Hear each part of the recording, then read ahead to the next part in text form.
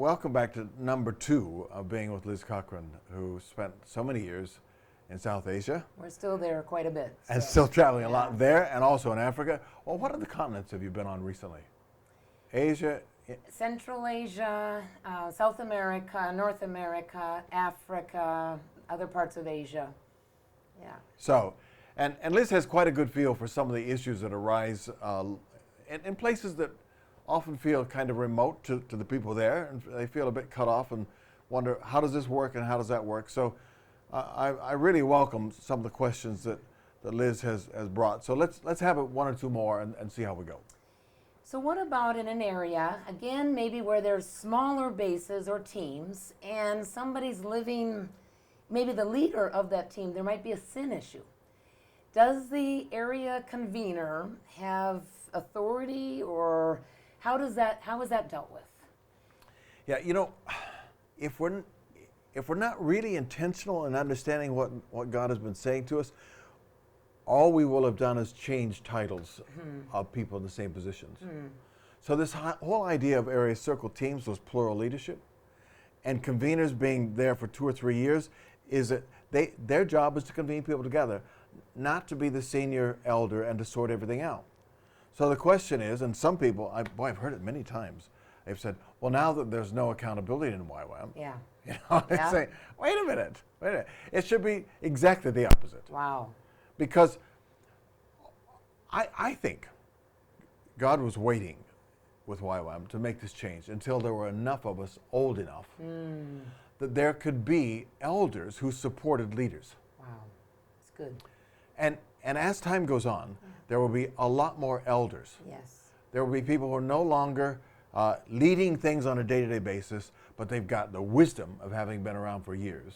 And they're available to help. More than that, they'll continue to be who they are. Yeah. You know, they'll start vision, they'll pastoral care, do all kinds of things according to the gifts that they have, because they don't change when they become an elder. They're still going to be a pastor or a teacher or an apostle or a prophet. So when there's a sin issue or some other crisis, Right. the question is, who's there with eldership maturity in relation to that particular location, who can step in and call people to account or help them sort things out? I have a good example on a crisis. We had one of our training campuses in Europe came under concerted social media attack. Looking back, they would probably say we deserved it. We weren't listening well enough. We got people in really sacrificial conditions, and we did not compensate for that.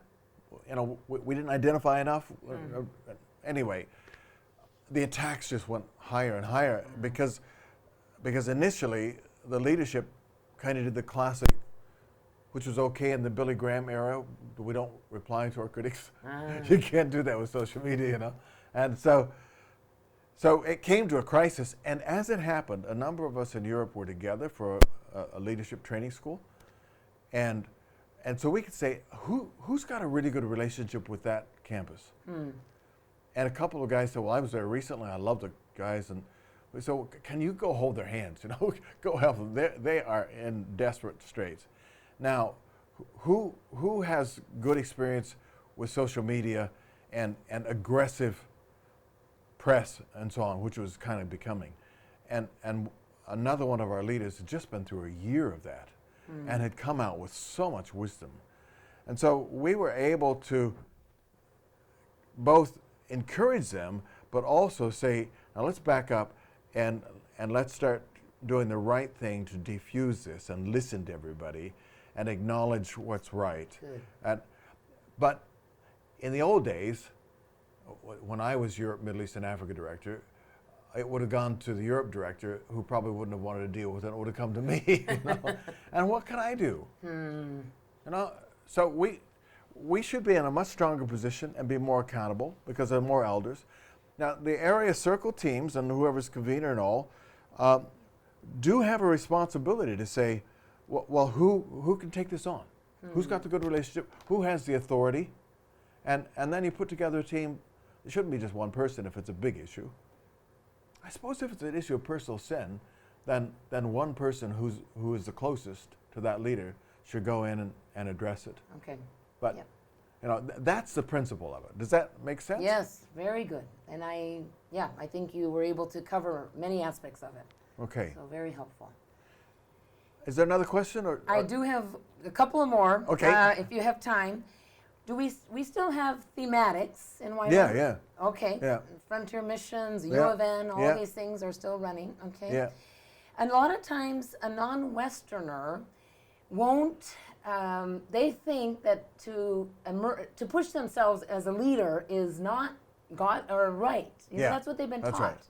Yeah. And so maybe Westerners keep coming in, and we're taught maybe the opposite. We just assert Yeah. who we are. Yep.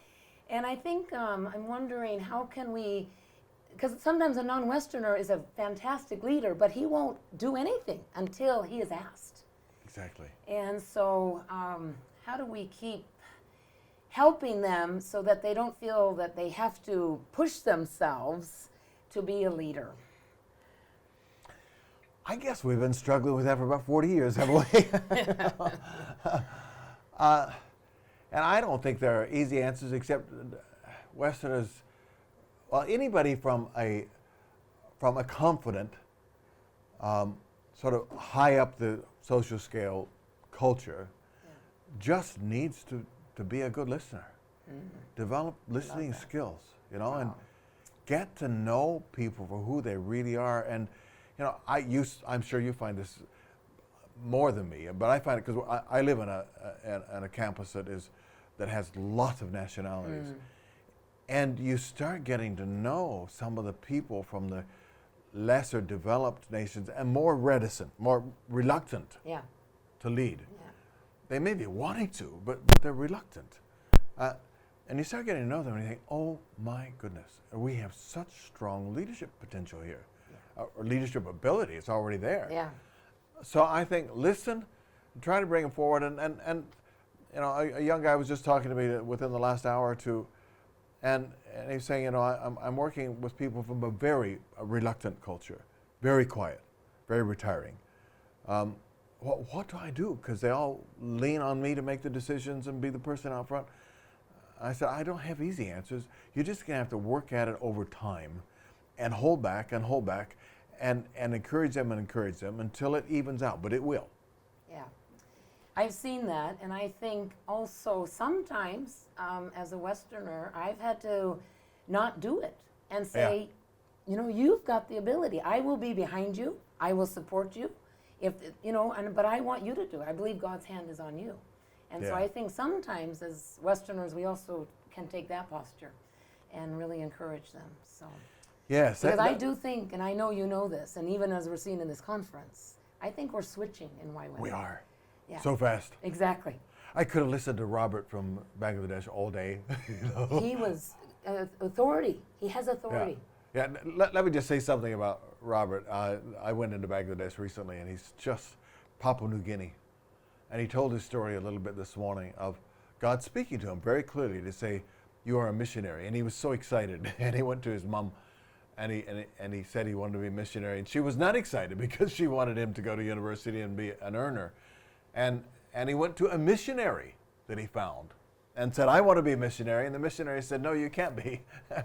And it was sometime later that a YWAM team came to town and said, you can be a missionary. And he went back to his mom and he said, I need some money. Can you give me some money to be a missionary? And she said, no, I don't have any money. He said, well, you have the pig. Can I have the pig? And she said yes. And he started with his mother's pig to sell and get off into missions. And he's our leader in Bangladesh. Yeah, fantastic. Yes. So exciting. So I think a little bit of encouragement for some people goes a long way. Yes. Others need a lot more encouragement. They're the reluctant leaders, but they've got it. Absolutely. Absolutely. Yes. Well, I think that's enough of my questions for today. Okay. Knowing the way that my mind works, I might be back next week. But yeah, and let's wrap up by saying this. What we're trying to, not what we're trying to do, what God is leading us to do, the word of the Lord to us is, we're plumbing its depths more as the years go on. We started hearing this 16 years ago and didn't understand what it meant. And as we move into it, what we find is that the Lord is wanting to deliver us from organizational and positional power, but He's wanting to liberate us into the spiritual authority and what John Dawson calls social capital, which is your ability to influence other people because of who you are in God. We're not trying to do away with that. We can't. It's built into us. Some people are more influential than others. And within our movement, we want to see people who are really influential because they're really Christ-like, not because they have a title or position. So let's work together to that end. Let's keep reminding ourselves we're body. We're totally interdependent. Let's keep reminding ourselves we're family. We love one another. We'll lay down our lives for each other. And let's not let any other organizational or title-oriented construct damage that oneness and that family.